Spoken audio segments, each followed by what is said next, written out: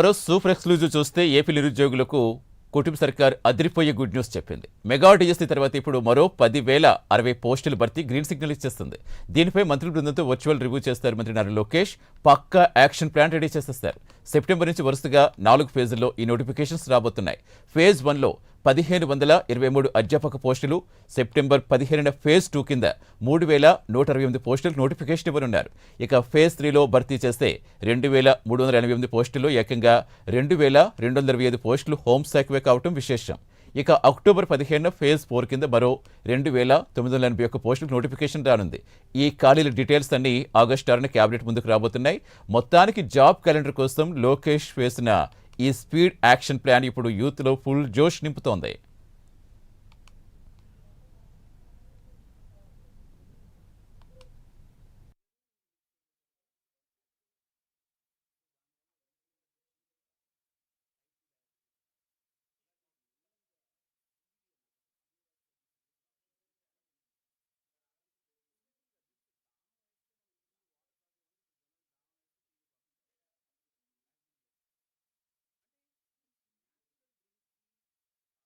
నిరుద్యోగులు కూటమి సర్కార్ అదిరిపోయే గుడ్ న్యూస్ చెప్పింది. మెగా డిఎస్సీ తర్వాత ఇప్పుడు మరో 10,060 పోస్టుల భర్తీ గ్రీన్ సిగ్నల్ ఇచ్చింది. దీనిపై మంత్రుల బృందంతో వర్చువల్ రివ్యూ చేస్తారు మంత్రి నారా లోకేష్.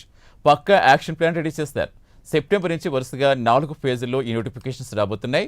ఫేజ్ 1లో 1,523 అధ్యాపక పోస్టులు, సెప్టెంబర్ 15న ఫేజ్ 2 కింద 3,128 పోస్టులకు నోటిఫికేషన్ ఇవ్వనున్నారు. ఇక ఫేజ్ 3లో భర్తీ చేస్తే 2,388 పోస్టుల్లో ఏకంగా 2,225 పోస్టులు హోంశాఖవే కావటం విశేషం.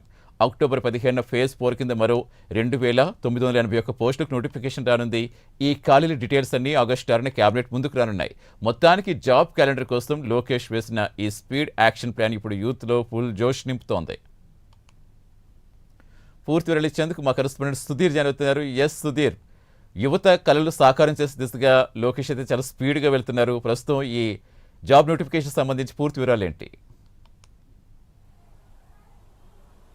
రైట్ సతీష్, ముఖ్యంగా చూసుకుంటే కనుక ఏదైతే ఆంధ్రప్రదేశ్లో ఉన్నటువంటి నిరుద్యోగులకు ఇవాళ అయితే కనుక కూటమి ప్రభుత్వం ఒక సూపర్ గుడ్ న్యూస్ కూడా చెప్పిందని చెప్పుకోవచ్చు. అయితే ఈ నేపథ్యంలోనే కూటమి ప్రభుత్వం ఏర్పడిన అనంతరం కూడా దాదాపుగా మెగా డిఎస్సికి సంబంధించినటువంటి ఏదైతే మెగా డిఎస్సిని కూడా వదలడం జరిగింది. ఈ నేపథ్యంలో దాదాపుగా రాష్ట్ర వ్యాప్తంగా ఎంతో మంది నిరుద్యోగులు ఉన్నటువంటి వాళ్ళందరికీ కూడా గుడ్ న్యూస్ చెప్పే విధానంలో భాగంగా ఈరోజు చూసుకుంటే కనుక దాదాపుగా మనం చూసుకోవచ్చు. ఈరోజు దాదాపుగా 1,060 పోస్టులకు భర్తీ కూడా ఈరోజు అయితే కనుక గ్రీన్ సిగ్నల్ ఇచ్చిందని చెప్పుకోవచ్చు. అయితే ముఖ్యంగా నారా లోకేష్ మరొక పక్క మంత్రివర్గం కూడా పూర్తిస్థాయిలో కూడా దీనిపైన ఏదైతే వర్చువల్ గా రివ్యూ మీటింగ్ కూడా నిర్వహించడం జరిగింది.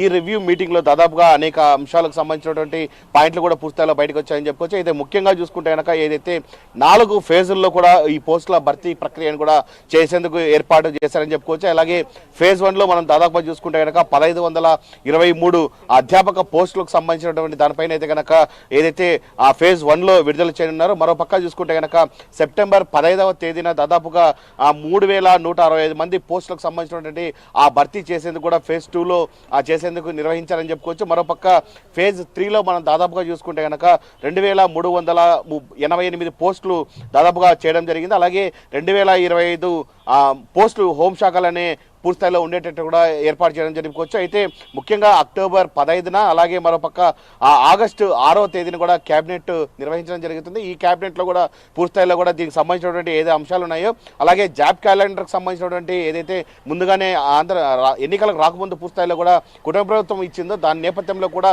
ఖచ్చితంగా కుటుంబ ప్రభుత్వం ఏ చెప్తే అది చేస్తుందన్న నేపథ్యంలో కూడా ఇప్పటికే దాదాపుగా ఏదైతే మెగా డిఎస్సీ అనంతరం కూడా దాదాపుగా కొన్ని నెలలు గడవకముందే మరోసారి ఆంధ్రప్రదేశ్ రాష్ట్రంలో యువతకు ఒక పెద్ద పండుగ వచ్చే నేపథ్యంలో కూడా ఇవాళ అయితే కనుక దాదాపుగా 1,060 పోస్టుల భర్తీకి కూడా శ్రీకారం చుట్టారని చెప్పుకోవచ్చు. ఈ నేపథ్యంలో రాష్ట్ర వ్యాప్తంగా ఉన్నటువంటి ఎవరైతే నిరుద్యోగులు ఉన్నారో కూడా వాళ్ళందరూ కూడా పూర్తిస్థాయిలో కూడా పెద్ద ఎత్తున సంబరాలు చేసుకున్న పరిస్థితి అయితే ఉంది. అయితే పూర్తిస్థాయిలో కూడా ఈ ఫేజ్ ఏదైతే పెట్టారో ఆ ఫేజ్ల ఆధారంగా కూడా పూర్తిస్థాయిలో కూడా ఏదైతే పోస్టుల భర్తీకి కూడా నిర్వహించేందుకు రంగం చేస్తున్నట్టు మనకు తెలుస్తున్నట్టుంది. ముఖ్యంగా నిరుద్యోగులు అలాగే ఎవరైతే కొత్త వాళ్ళు ఉన్నారో వాళ్ళందరినీ కూడా పూర్తిస్థాయిలో వాళ్ళందరి మధ్యలో కూడా ఇప్పుడైతే కనుక ఏదైతే ఉద్యోగాలు వస్తాయన్న ఆశ కనుక పెద్ద ఎత్తున అవకాశాలు అయితే కనుక కనబడుతున్న పరిస్థితి కనబడుతుందని చెప్పుకోవచ్చు సతీష్.